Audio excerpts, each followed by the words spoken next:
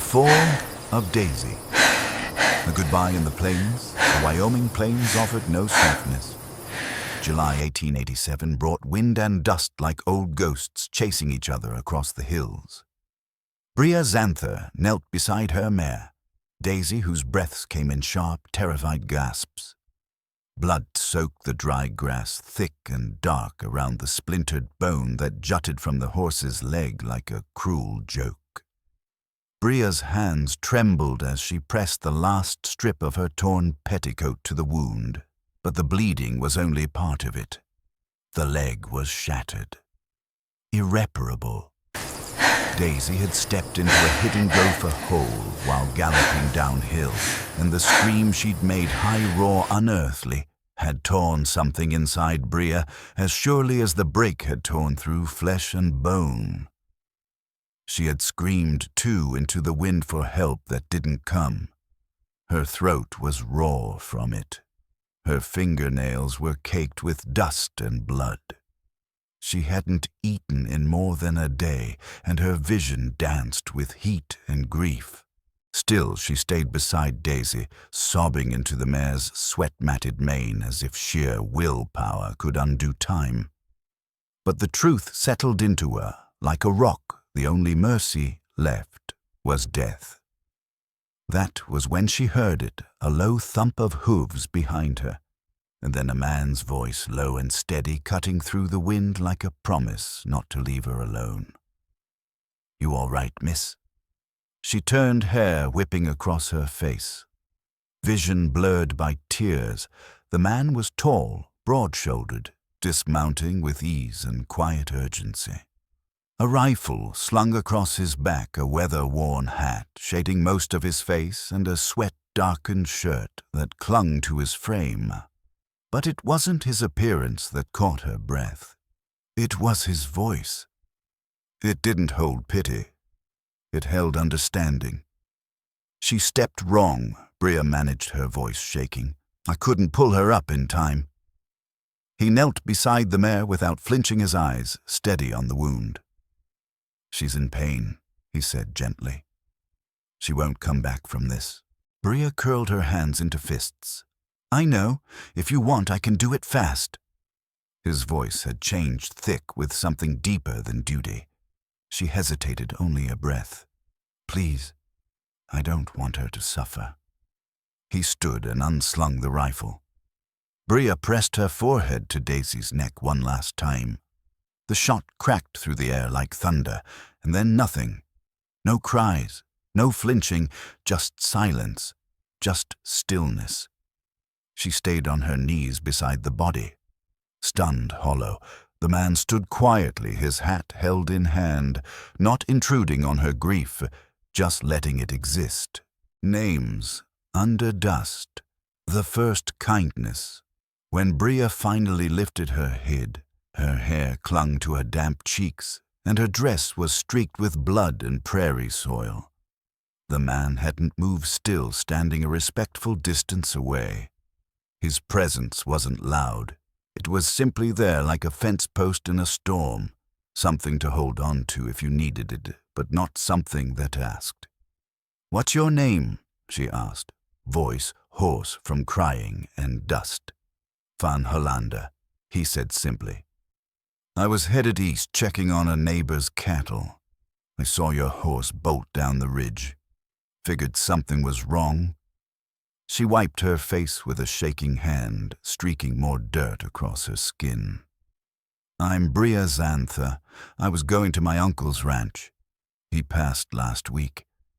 I came to settle the land. I thought I could do it alone." Her voice cracked again at the end, and she turned away from him, humiliated by her own tears. Van didn't respond with empty comfort. He didn't offer the tired lines that people gave when they didn't know what else to say. Instead, he looked at the mare, then back at her, and said quietly, "I know what it is to lose more than you think you can carry." That stopped her. She met his eyes, and for a moment the world narrowed to that exchange. No wind, no sun, just that line between them worn and real. "You don't have to shoulder it alone," he said. Bria wanted to argue, wanted to say she did have to, that she'd already shouldered more than most. But instead, she simply nodded. "How far is your uncle's place? 5 miles south." "I'll ride with you," he said like it wasn't even a question. "You shouldn't be alone tonight." She hesitated again, but then she nodded. She needed to move, to breathe something other than the thick smell of death and dust. He helped her up, not touching her, unless she reached for balance, and when she swayed, he offered a hand. She took it. A ride through silence, the weight of shared loss. They rode in silence across the darkening plains. The sun had begun its descent, turning gold into bruised blue. Shadows stretched long over the hills, and Bria's ribs ached from crying. Her hands gripped the saddle horn too tightly. She felt every jolt, every step of the horse beneath her, like her body was no longer her own. But Van rode beside her, or just behind, keeping distance, not out of indifference, but respect. After a while, her voice came quiet and unsure. "You said you knew what it was like, to lose more than you could carry." He didn't look at her, just kept his eyes on the horizon.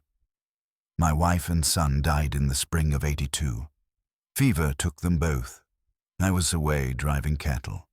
When I came back, the house was cold, empty, no voices left." Bria didn't ask for more. The truth of it was in his voice. It didn't need elaboration. "I built a barn with my hands after that," he said. "Not because I needed one, just to have something to do, something to hold." Bria looked over, not out of curiosity, but from understanding. She knew what it was to need a task that anchored you. She reached out then hesitantly and laid her fingers on his arm. It was not romantic. It was not dramatic. It was human. They arrived at the Xantha Ranch as the last light drained from the sky. The house leaned with age porch steps sagging, but it still stood. Bria dismounted with stiff legs. Van helped her again, not asking, just waiting until she allowed the touch. Inside, the air smelled like dust and the long memory of wood smoke. Bria lit a kerosene lamp. Its glow danced across faded wallpaper and warped floorboards. "There's food," she said. "Canned goods. You're welcome to stay for supper." "I'd like that," Van said. They sat at the table and ate beans and bread in silence. The quiet between them had shifted. It wasn't heavy. It was a place to rest. "Thank you," Bria said, "for being there, for not saying too much." "I don't know how to say much anymore," Van replied. "But I know how to stay." The house that waited, lantern light and canned beans. The old house stood like it had been waiting for someone to return. Its bones creaked underfoot, the boards warped with age and time, but it held. Inside, the air smelled of dry wood dust and something older, grief maybe, or memory. Bria moved through the front room with a weariness that went beyond her limbs. She struck a match and lit a kerosene lamp, watching the flame flicker until it steadied. The warm light spilled across faded wallpaper and a kitchen table scarred by years of use. Van stayed by the door, removing his hat and running a hand through his hair. He didn't wander, didn't ask questions, just waited until Bria motioned for him to sit. "There's food," she said quietly, opening a cabinet and pulling down 2 dented cans and a loaf of bread gone a bit dry at the edges. "It's not much. It's more than enough," Van replied. She heated the beans on the old stove, stirring slowly. The silence between them wasn't awkward. It had texture, like something that had been lived in. She didn't need to fill it with explanations or apologies. They ate at the table without ceremony. No blessing, no toast, just two people hungry in different ways, chewing and breathing and letting time pass. Bria's shoulders slowly lowered from around her ears. Her body stopped bracing for more loss. "Thank you," she said at last, her voice low but sure. "For staying." Van looked at her eyes shadowed by the lamplight. "You don't owe me thanks." "I mean it," she said. "You didn't try to talk over it. You didn't try to make it small. I've lost enough to know," he said, "that there's nothing to say that makes it easier. But being quiet beside someone, that can help." She stared at the flame a moment, then nodded. There was truth in his words and no attempt to dress it up. That kind of honesty felt rare, sacred even. "You can sleep by the fire," she offered, rising slowly. "There's an old quilt in the back. I'll fetch it. I'll be fine anywhere," he said. She returned a minute later with the folded quilt and handed it to him. "There's no lock on the door," she said softly. "If you meant harm, you'd have done it already." "I don't," he replied. "You have my word."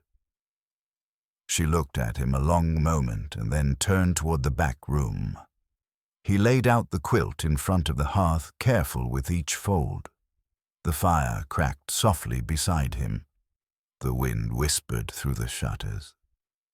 And for the first time in years, Van Hollander let his body relax, not into sleep, but into stillness, the kind that follows when pain is shared, not solved. 2 beds, 1 fire. A wordless pact of trust. Bria lay in the back room on a narrow bed, her face turned toward the wall, but her ears remained attuned to every creak of the house. It wasn't fear that kept her alert, it was the unfamiliar comfort of not being alone. The presence of someone steady just outside the door made the silence feel different, not like abandonment, like rest. In the other room, Van lay on the floor, hands folded on his chest, staring at the ceiling beams. The firelight cast long orange shapes across the boards above him. The quilt Bria had given him smelled faintly of cedar and thyme. He hadn't slept in someone else's home since his wife died. But this didn't feel like trespass. It felt like a pause in the wandering. They didn't speak. They didn't need to. Outside, the wind blew low and constant. Somewhere in the distance, a coyote cried. But the house stood solid.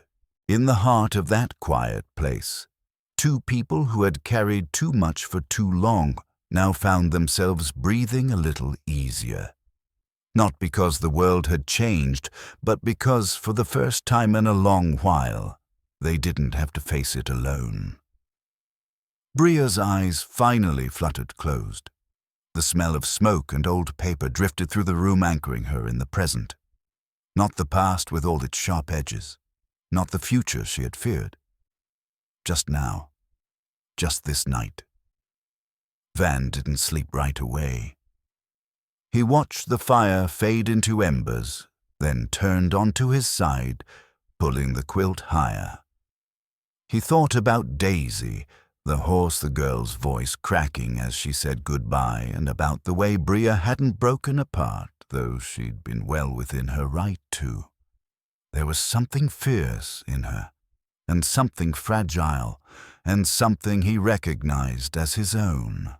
When the last of the fire sighed into darkness, both Bria and Van lay in their separate rooms, awake to their own thoughts, but somehow resting. A pact had been made between them, not spoken aloud, not agreed upon in words, but solid as the beams above, sure as the wind outside. Morning in the kitchen. Not empty, but waiting. Morning crept slow and gold-laced into the house. Light slipped through the warped shutters, brushing over old furniture and walls lined with dust. Bria stood barefoot in the kitchen, her sleeves rolled high, pouring water into a basin from the iron kettle she'd heated on the stove. Her hands moved without thinking, pumping, pouring, rinsing. She pressed cold water to her face, to the back of her neck, trying to wash away the weight that still clung to her from yesterday. But the silence was different now. Not hollow, not haunted. It was expectant, like the house itself had sensed something shift. Van stirred near the hearth, already sitting up. The quilt was folded neatly beside him. He ran a hand through his hair and stretched, not with the groan of a man who had slept poorly, but one who hadn't slept deep in a long time and had finally begun to. He didn't speak. Didn't need to. Bria glanced up from the sink, her braid loose the corner of her mouth, twitching into something almost like peace. "There's a privy behind the barn," she said. Van nodded once, pulling on his boots and stepping out into the cool morning air. The door shut gently behind him. When he returned, he stood in the doorway for a long moment, watching her at the stove. She was wrapping warm cornbread in a cloth, the steam curling upward in the golden light. He didn't interrupt, just watched. "I'll look over the barn today," he said finally. "See what's sound, what's too far gone." Bria didn't turn, but her voice was clear. "I don't know if I'm staying." Van didn't flinch. "But you don't want to leave it like this." She nodded slowly, placing the wrapped bread onto the counter. The ledger's still open, the land's untended. "I can't walk away and call it done." Van stepped inside fully, now glancing toward the window where the fields shimmered beneath the rising sun. "I'll help if you'll have it." Bria looked at him then. Saw nothing asking, only offering. She nodded. "You work, I cook. I can manage that much."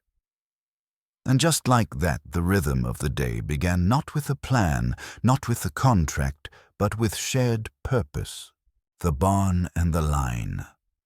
Work makes belonging.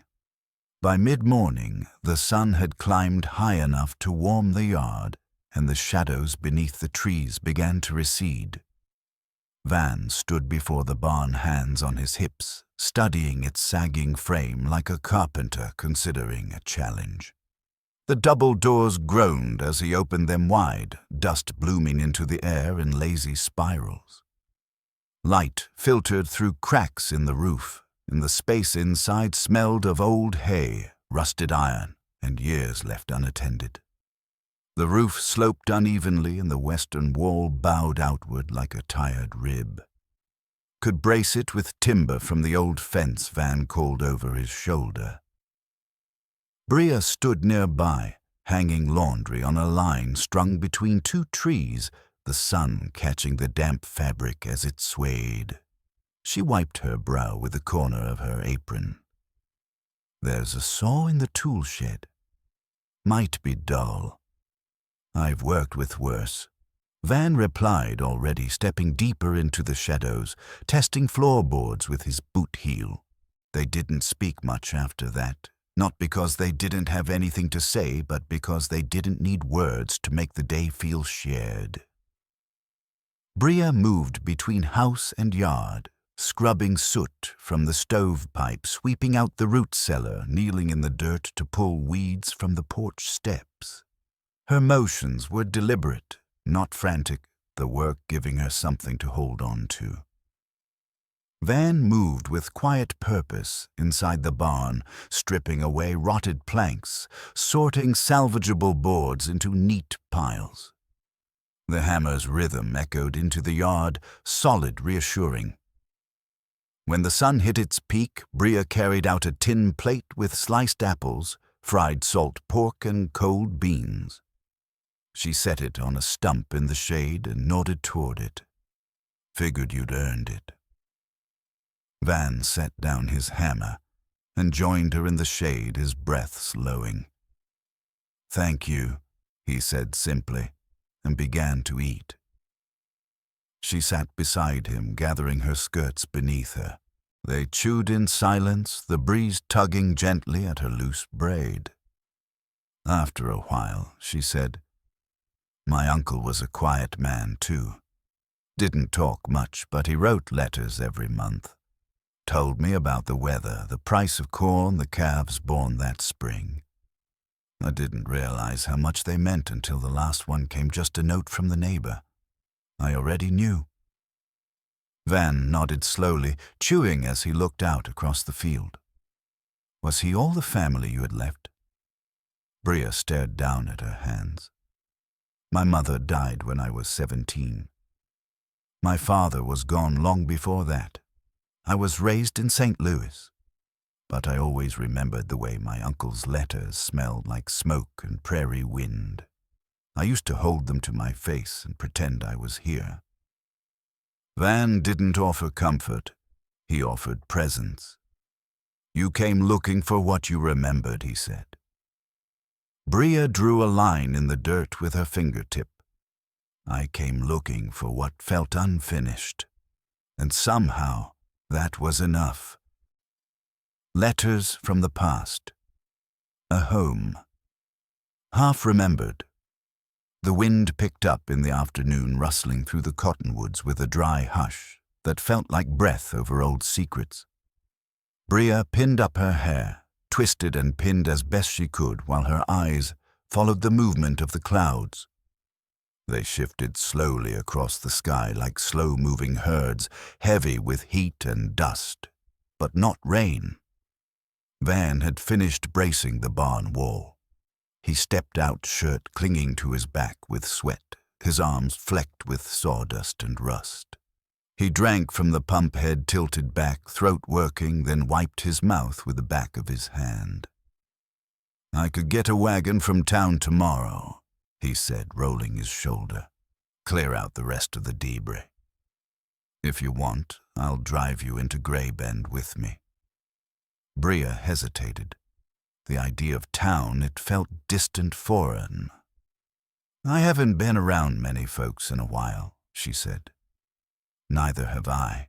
They stood in the sun-drenched yard for a moment, the silence between them not quite comfortable, but no longer strained. Then Bria nodded. "I'll come." That evening she poured hot water into a chipped basin and set it by the hearth. Van nodded in thanks and knelt to wash up his hands, red and scratched from work. Bria stacked kindling with quiet precision, watching him in the firelight. "Do you miss them every day?" she asked, her voice barely above a whisper, eyes on the flicker of flame. "Yes," he answered without pause, "but not always the same way. Some days it's their voices. Some days it's just the quiet where they used to be." Bria leaned back against the wall, arms curled around her knees. "I thought grief would fade like ink in sunlight. But it doesn't."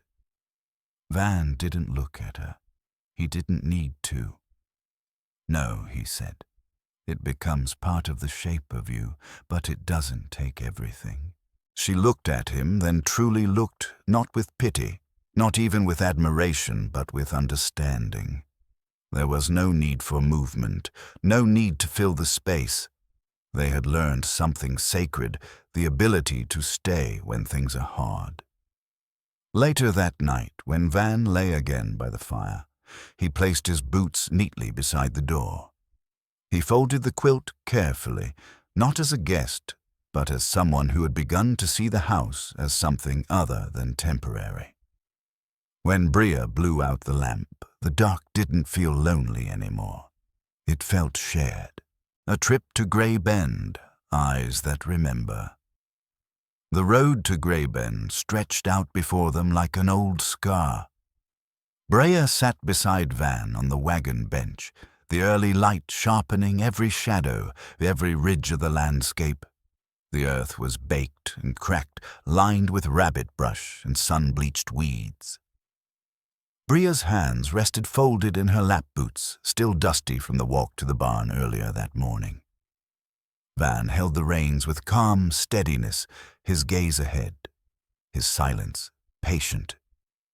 He didn't feel the need to speak, and Bria didn't feel the need to fill the quiet. Between them now was a space that no longer felt empty. It felt full of the things they hadn't said yet, of the safety that came from not being required to. A prairie hen burst from the brush, flapping wild across the trail. Bria flinched instinctively, her breath catching. Van didn't even twitch, just tightened the reins slightly, keeping the horses steady. "You always this calm?" she asked after a while, her tone half teasing, half genuine curiosity. Van kept his eyes forward. "Only when I've already thought through what might go wrong." Bria glanced at him. "And what might go wrong today?" He shrugged. "Wheel might crack. Store might be out of what we need. Someone might ask too many questions." "You think they'll ask me things?" she asked, her voice cool. Van looked at her, then not harshly, not protectively, just honestly. "You're a woman riding into town with a man who isn't your kin.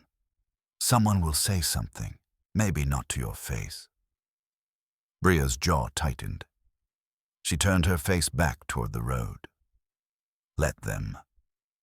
That made him exhale, not quite a laugh, but something close. A low breath of acknowledgement. Grey Bend rose over the next rise, its buildings clustered like cautious neighbors. A smithy belched dark smoke to the west, and across from it a clapboard church sat sun-bleached and stern.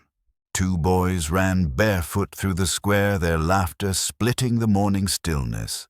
They pulled up in front of the mercantile. Van tied off the team and helped Bria down. She stepped onto the boardwalk with her chin-high skirts brushing the edge of his coat. Inside, the air was cool and sharp with the scent of flour and turpentine. A woman stood behind the counter, hair pulled back into a severe knot. Van stepped forward and handed her a list. "Need fence nails. 2 pounds of oats. Miss Xanther might have a few things to add." Bria blinked at the sound of her name. He'd said it not as a label, but as if it meant something, as if it belonged.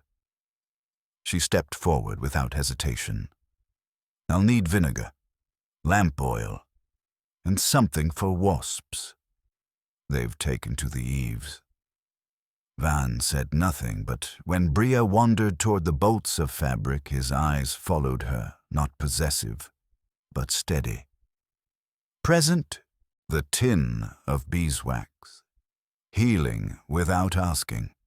Bria didn't intend to linger by the fabric bolts, but her fingers found the edge of a deep blue calico and stayed there. It reminded her of the sky just before nightfall, when everything turned quiet and honest. She didn't need cloth, not really. But the kitchen light in the mornings was too harsh, and curtains felt like a small act of claiming the space. Her space. She glanced over her shoulder and saw Van watching her. His gaze held no judgment, just quiet interest, noticing but not demanding. "You sew?" he asked. "Some," she said. "Enough to keep things together. That color suits you," he added, almost too low to hear. She didn't reply, but she let her hand rest on the fabric a moment longer before she nodded toward the shopkeeper. When they stepped out into the sun again, the wagon bed was filled with supplies, sacks of oats, Nail's lamp oil vinegar, and tucked among them a small wrapped bundle of calico cloth. They hadn't gone far down the road when a man leaned against a post in front of the smithy, chewing a toothpick, squinting into the sun. His coat was an old Union blue faded to gray, and his boots carried the scuffs of a man who hadn't walked far, but had stood his ground often. "You Hollander?" the man asked, his tone flat but pointed. Van stopped. "I am. You're the one bought that strip past Echo Ridge 3 years back." "I am," Van said again.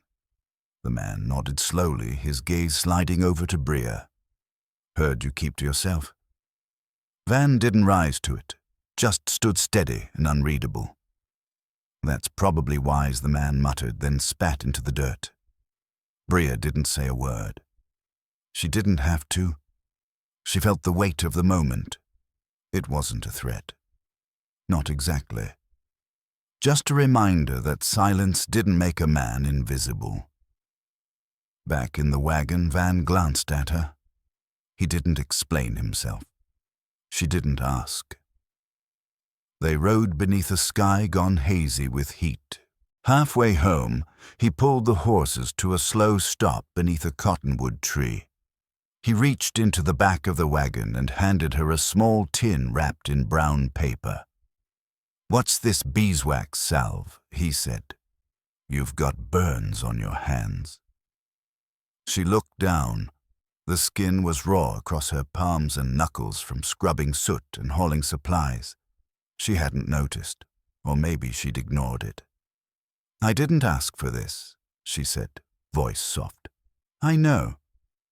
She opened the tin slowly. The scent of pine and lavender rose like breath from the earth. It was a small thing, but it settled inside her like a stone in still water. The kind of gift that doesn't try to fix you, just sees what hurts and answers it quietly. The porch and the fire. Choosing to stay evening came warm and full of dust. Bria stirred stew with the last of the potatoes while the calico soaked in a basin nearby. Van brought in the cut timber from the wagon boots thudding softly against the floor. They didn't say much as they ate, just shared the food, the table, and the soft hush of twilight. After supper, Bria stepped out onto the porch. She wrapped her arms around herself as the wind moved across the yard, tugging at the loose threads of her shawl. The air smelled of sagebrush and sweat and something like promise. Van joined her, leaning against the rail a few feet away. He didn't speak for a long time. "I don't plan on drifting," he said finally, his voice low. "I've done enough of that." Bria didn't answer right away. She looked out toward the hills, their shapes softened by the coming night. Then, without turning, she reached out and laid her hand gently over his. He didn't move away. In the quiet that followed, something settled, not in words or grand gestures, but in that shared stillness. She didn't need a speech. He didn't need to explain. What he had built already, without blueprint or ceremony, was enough. Over the next days, life unfolded in quiet repetitions. Bria rose before the sun, her fingers finding the kettle handle before her thoughts fully formed. The wind shifted cooler in the mornings, whispering of autumn, though the grasses still clung to green. Every hour brought work, fixing the henhouse roof, boiling lye soap, sorting through old invoices and ledgers. The tasks were endless, but they no longer pressed against her chest like a weight she couldn't lift. They filled the space grief had once hollowed out. Van learned the rhythm of her silence, the way her jaw tightened when she was tired, how she folded dish rags with precision when her thoughts were heavy. He didn't ask things twice, didn't push, just worked beside her. One afternoon, Bria stood alone in the root cellar, cool earth at her ankles, holding a jar of pickled beets. The label had faded, but she recognized her uncle's handwriting, slanted and firm. She had come down to take stock for the winter, but now she just stood there, too still. Above her, boots creaked across the floor. Then the door opened. "You all right down there?" Van's voice floated down, not urgent, not worried, just steady, a tether. She climbed the steps, slowly met his eyes at the top. "I thought I'd be more useful than I am." He shook his head once. "You're doing more than most would." "I want it to feel like mine," she said, "not just something I'm borrowing until I give up." Van looked at her, not to reassure, but to tell the truth. It already is yours. You're the one still standing in it. And somehow that was the first time she truly believed it. Routines that hold you. From grief to ground. That evening, after the dishes had been dried and shelved, Bria stepped out onto the porch again. The hills glowed with the last streaks of dusk, the sky turning a shade between bruise and fire. She leaned on the railing, shoulders loose, watching the land settle into night. Van sat near the steps, knife in hand, whittling a narrow piece of driftwood. He worked with quiet precision, each curl of wood falling like a slow breath to the ground. "I keep thinking about the way you carry things," Bria said softly. He looked up, brows raised slightly, the knife pausing in his hand. "Not just the work," she continued, "the way you hold pain. Quiet, like you're making space for other people to breathe." He turned the wood in his hand, studying a curve near the top. "I never found much good in talking about it. Pain, I mean. But I know what it feels like when someone lets you say nothing and stays near anyway." Bria nodded slowly. "I've spent so long holding tight to every edge of myself, afraid that if I let it spill, I'd come apart." "You didn't come apart when Daisy fell," he said quietly. "You stayed. I didn't feel like I had a choice. You did." The words dropped between them with a weight of truth, not a comfort, but a recognition. Bria looked at him in the fading light. His face was lined from sun and grief, but his eyes didn't waver. She stepped down from the porch barefoot, her toes brushing the packed earth. Her hand reached out, not tentative but sure, and touched his fingers. He let the knife fall, took her hand in both of his, calloused and warm. They stood like that as the wind moved through the trees, the last light slipping behind the hills. She didn't speak of love. Neither did he. But something had shifted quietly, deeply, not like a wildfire, more like coals catching beneath kindling. Something slow, something certain. The north pasture, a decision rooted in soil. The next morning, Bria and Van walked the northern pasture just after sunrise, their shadows stretching long across the tall grass. The land here hadn't been tended in years. Thistles rose in patches like stubborn reminders of neglect, and old fencing sagged between posts gone soft with rot. But beneath the mess, life stirred. Bria crouched low beside the bend in the creek, brushing her fingers through the soil. Their pale green shoots of alfalfa pushing up through the silt. Small but sure. "If we fence this off," she said almost to herself, "it might feed 2 milk cows come spring." Van stood nearby, hands resting on his hips, eyes fixed not on her, but the soil. He knew what she meant before she said it. "You thinking of buying stock?" he asked. "I'm thinking of staying," she replied. She didn't look up, but the words hung in the air like smoke from a warm fire. He heard the shift in her voice, not a question, not a maybe, a quiet choosing. It wasn't dramatic. It didn't need to be. It just was. They walked the fence line together, marking the good posts with stones, pacing out where new boards would need to go. Their strides fell into sync, their silence companionable.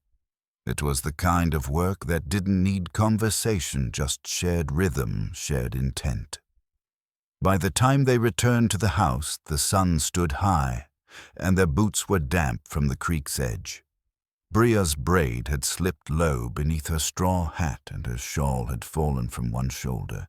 But she didn't fix it. Her hands were busy with purpose now, not with appearances, not with worry. At the gate, she paused, brushing a splinter from her palm. "I'd like to rebuild the chicken coop next. It's collapsing on the far side. I can draw up a plan before supper," Van offered. "If you'd like." "I want to try framing it myself," she said. "See if I can manage." Van gave one slow nod. "Then I'll cut the lumber to your measure." The world didn't tilt. The sky didn't brighten. But something between them had taken root. Chickens and calico.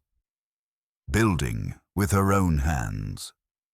Inside the house, the scent of sage and marrow simmered on the stove as Bria stirred the pot with one hand and reached for salt with the other. The light in the kitchen poured in soft through the window still uncovered, but the calico cloth she'd bought now hung to dry by the hearth. One step at a time. Van leaned against the door frame, arms crossed loosely. He watched her work without interruption. "Would you ever let yourself belong somewhere again?" she asked, not turning her voice steady. He didn't hesitate. "I already have." That answer made her pause. The spoon stilled in her hand. She turned to meet his gaze. There was no doubt in her, now only recognition of something she hadn't dared believe until recently. Belonging didn't have to be a grand return. Sometimes it was choosing the same place, the same person, day after day. After supper, they spread the old ledger on the table. Its pages were brittle, the corners curled. Van leaned beside her, reading the neat script that marked parcels and debts, boundaries, and grain counts. 2 parcels still unsettled, Bria said, her finger landing on the ink-smudged lines. One up by the ridge, one east, near the cottonwoods. "You want to keep both, if I can work them. They're not small." "I'm not afraid of hard," Van said. "I know." Their eyes met across the ledger, and in that moment, no decision was rushed, but no hesitation remained. She didn't move her hand toward his. She didn't have to. Her fingers rested beside his on the table close enough to touch. That night, she didn't ask him to sleep by the fire. She didn't ask anything. She simply opened the door to the back room and stepped aside. Van followed. The quilt and the quiet, a love without demands. The bed was narrow, the quilt hand-pieced by a woman long gone. But it held them both. They didn't speak as they lay beside each other. They didn't fumble for words or reach too fast. Bria curled against Van's chest, her breath soft against his collarbone. His hands settled low at her back, fingers resting in the folds of her nightdress. Not claiming, just staying. "I don't want you to go back to your place," she whispered into the hollow above his heart. "Not unless I'm coming with you." "I won't leave," he murmured, like a promise made more by stillness than sound. And so they stayed. Morning came with a scent of coffee and the sound of wood being measured against stone. Bria stood barefoot in the yard, arms crossed, watching Van work over the foundation of the new chicken coop. His movements were focused, quiet, deliberate. She walked over with a cup and handed it to him. "You sure this is going to hold chickens and not just your pride?" He chuckled, taking a sip. "Let's find out." By week's end, the coop stood straight and whitewashed, its roof lined with straw. A neighbor passed with a wagon of pullets, and Bria traded a jar of peach preserves and a set of linens for 6 hens and a speckled rooster. "They'll lay best if you talk to them," the neighbor said. Van leaned in. "She's got plenty to say." That night they danced. There was no music, no audience. Just Bria stepping barefoot through the kitchen, drying the last plate, and Van catching her hand without asking. They moved slow. No steps to follow. No rhythm but their own. and it was enough. A dance without music. The quiet, becoming song. There was no music that night, only the soft hush of firelight and the creak of old floorboards. Bria moved through the kitchen barefoot, drying the last plate with a linen cloth, her hips swaying to a rhythm only she seemed to hear. Her hair was loose, the braid she'd worn all day undone and trailing over one shoulder. She didn't notice Van watching her from the table, the quiet curve of a smile at the corner of his mouth.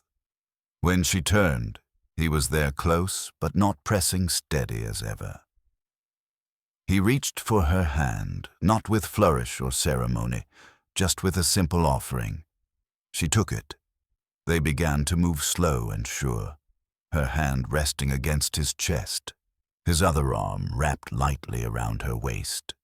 No steps, no instruction, just bodies remembering how to follow breath, how to stay soft where life had gone hard.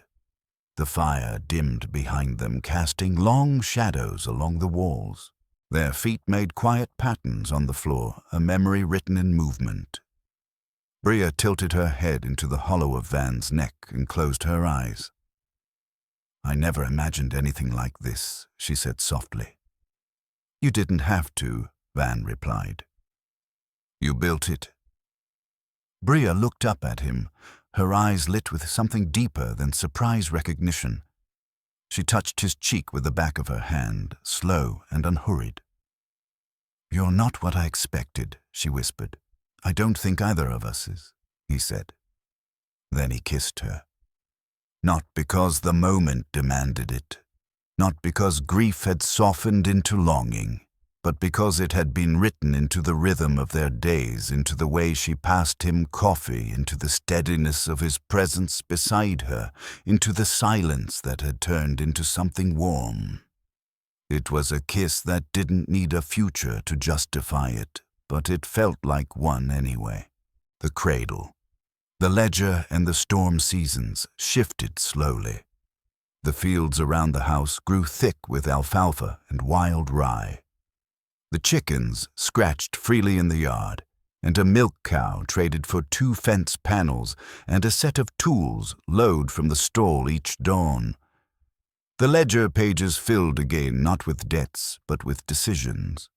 The land was no longer waiting. It was responding.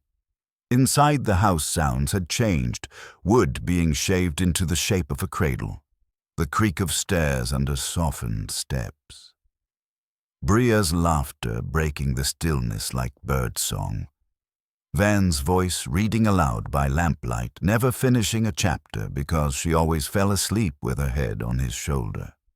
They didn't speak often about the past anymore. It was still there like grain in the floorboards, but it no longer dictated the shape of their days. They had built something fence by fence, meal by meal, silence by silence. One evening, storm clouds gathered low over the prairie, heavy with summer rain. The wind pressed against the shutters in long sighs. Bria lit the lamp and turned only to find Van standing near the fire, their daughter tucked against his chest. He patted the baby's back with that same slow rhythm he'd used to comfort Daisy years ago. The same stillness he'd offered Bria the day she thought she'd been alone. She crossed the room without a word and pressed her forehead to his shoulder. The baby stirred, then stilled. "You still think you don't know how to talk about pain," she whispered. Van kissed the crown of her head. "I think I've found better things to talk about." Outside, the storm whispered through the cottonwoods. Inside, the house stayed lit and quiet and sure. A love that chose to stay. They didn't mark the day they became a family with a ring or a prayer or a feast. It happened like the seasons slow, certain with days that bled into each other. Bria rose before the sun each morning, filling the kettle, checking the coops, brushing sleep from her daughter's cheeks. Van followed with boots, laced hammer, in hand sleeves already rolled. They rebuilt the south fence. They cleared the old wheat plot. They wrote receipts in the ledger and pinned shopping lists to the wall with bent nails. Every act was quiet, but full of choosing. Van didn't talk about forever. He didn't need to. Bria knew because he carried firewood before she asked, because he listened when she needed silence, because he left space for her dreams but never walked too far from them. One night, as the wind rose across the pasture and the sky turned purple with evening, Bria stood at the kitchen window, her palms damp from dishwater. She watched Van outside showing their little girl how to lift a pail, how to test the barn latch, how to speak to animals with stillness. He wasn't raising her to be soft. He was raising her to be steady. Bria dried her hands and stepped out onto the porch. When Van looked up, she smiled, not the polite kind, but the kind that says, "I know what I have. I know what you've given." She didn't need to say, "Thank you." He didn't need to ask, "Are you happy?" They both already knew. And as the night closed in and the last hen was shut in for sleep, they walked back to the house together. No storm in sight, no ghosts left behind, only the quiet they had chosen and the life they had built inside it. Tomorrow I want to walk the north pasture. The next morning the sky was pale with early light, the horizon a soft line of gold stitched to the earth. Bria stood at the porch railing, arms wrapped around her shawl, her gaze turned toward the hills. Her hair was still damp from washing braided loosely down her back. She looked rested, not in the way sleep restores, but in the way belonging does. Van joined her, coffee in one hand, the scent of wood smoke clinging to his shirt. "Tomorrow," she said quietly, "I want to walk the north pasture again." He nodded once, not asking why. "I think there's still life in that far corner," she added, her voice laced with certainty. "Where the land dips near the creek. It always comes back there first." "Then I'll walk with you," he said. They didn't speak more than that. They didn't need to. The words had already become anchors, not to the past, but to the future they were quietly, intentionally building. Later that evening, after the child was bathed and fed, after the dishes were dried and the floor swept clean, they stood on the porch once more. Bria's hand found Van's as naturally as breath. The moon rose slow, the wind mild, and for a long time they just stood watching the stillness take shape around them. And when they stepped back inside, their hands did not part. The shape of home. They walked the north pasture the next morning as planned. The sun was gentle, rising behind them, casting long shadows across the land. Bria wore her old straw hat, its brim softened by time. Van carried a small spade in one hand, a length of twine in the other. Their daughter toddled behind them for a few paces, before Bria scooped her up and held her against her hip, her small fist curled around a stalk of grass. The land in its quiet way confirmed what Bria had hoped for. Beneath the thistles, low alfalfa shoots had pushed through, stubborn, green, alive. She crouched down, brushing the soil gently with her fingers. "If we fence this," she murmured, "it could hold through the winter." Van squatted beside her, resting one elbow on his knee. "You want to try?" "I want it to matter," she said. "Even if it's slow. Even if it's hard." He looked at her for a long moment, then nodded. "Then we'll make it matter." They spent the day pacing out new lines, marking posts, measuring shade and slope. Their movements were quiet, coordinated. They had grown into the rhythm of the land and of each other. By afternoon, their boots were thick with mud, their shirts clung to their backs, and the child had fallen asleep in a basket of blankets beside the fence line. On the way home, Bria didn't speak, but her hand brushed his sleeve. A silent thank you, a promise. That evening, as she stirred soup at the stove and the sun lowered behind the cottonwoods, she glanced over her shoulder and asked, "Would you ever want to grow old here?" Van turned from where he stood at the window, tracing the horizon. "I think I already have," he said, smiling gently. And in that answer she heard what she had needed to know, not just that he would stay, but that he already had. And they stayed. Years passed. The house didn't grow much in size, but it deepened in character. The walls were repainted once, though the same wallpaper still peeked through near the corners. The cradle was stored in the attic after their second child outgrew it. The barn roof was reshingled, the fields thickened with rye, the ledger filled slowly but always in Bria's hand. Every day held something that needed mending: fences, boots, tempers, sorrows. But nothing broke that wasn't met with patience. Van never stopped reading aloud at night, though now Bria rarely fell asleep before he finished. Sometimes she read back. Sometimes their daughter curled between them and made up stories of her own. They never called what they had perfect, but they did call it enough. One evening, as a summer storm threatened over the ridge and the wind came hard through the cottonwoods, Bria lit the lantern and turned toward the fire. Van stood there cradling their youngest child, barefoot, quiet, humming something low and off-key. She crossed the room and rested her forehead against his shoulder, just like she had the night of the first storm. "You still think you don't know how to talk about pain," she whispered. He smiled into her hair. "No, I just found better things worth saying." They stood like that, still and certain, as the shutters rattled and the house breathed around them. The wind came, the dusk settled, and they stayed.